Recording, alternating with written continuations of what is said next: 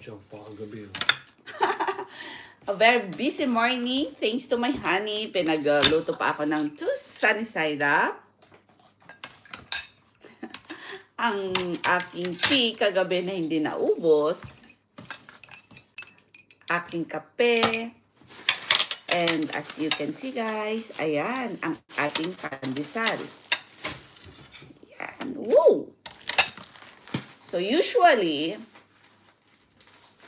ang aking pandesal ay aking sinasawsaw sa aking mainit-init na kape.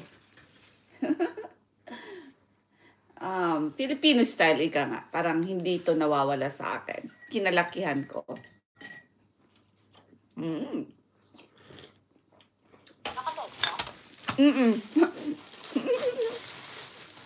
Pang highlights ba?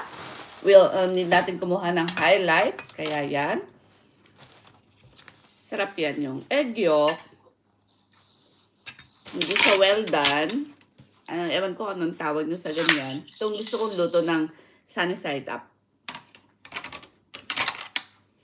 And then, yan, medyo masabaw-sabaw. Ipapalaman natin ganyan. And pahingi ng ketchup, han. And ang ating mahiwagang ketchup. Yan.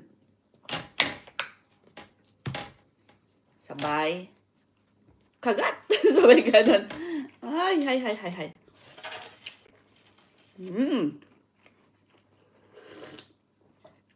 Rinig niyo yung higop ng asawa ko doon.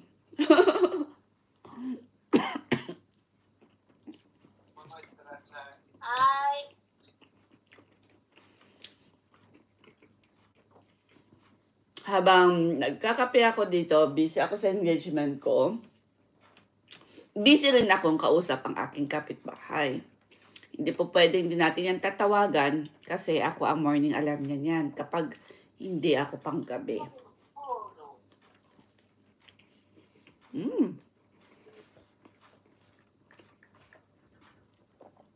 Bangon na, timpla ng kape, halika dito, kape tayo. Hi Judah Swat, good morning. Mega love shout out to you.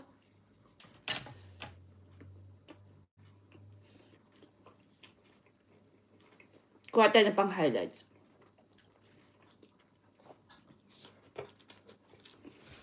Wala, di ko na orasan yun. Kung nakailang oras na ba ako nun.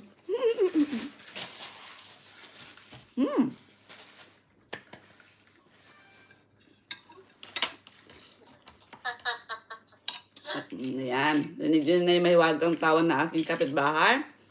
Ayan, para... Yan. Tapos,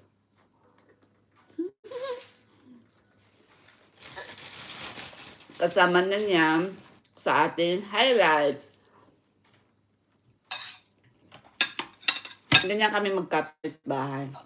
Akala mo naman, talaga magkapit-bahay talaga, no?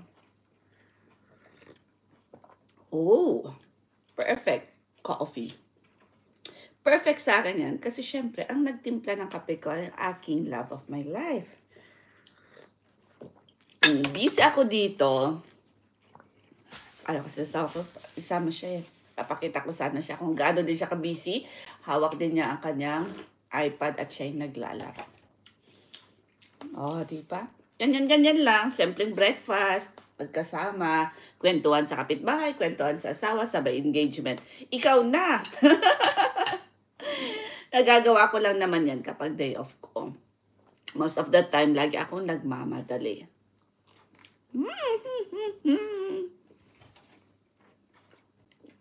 Let's get that.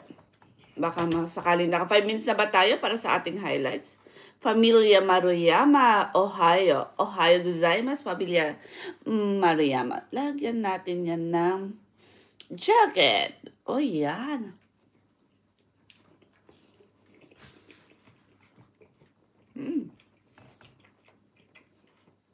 Iba talaga ang pandesal na sinasawsaw sa kape.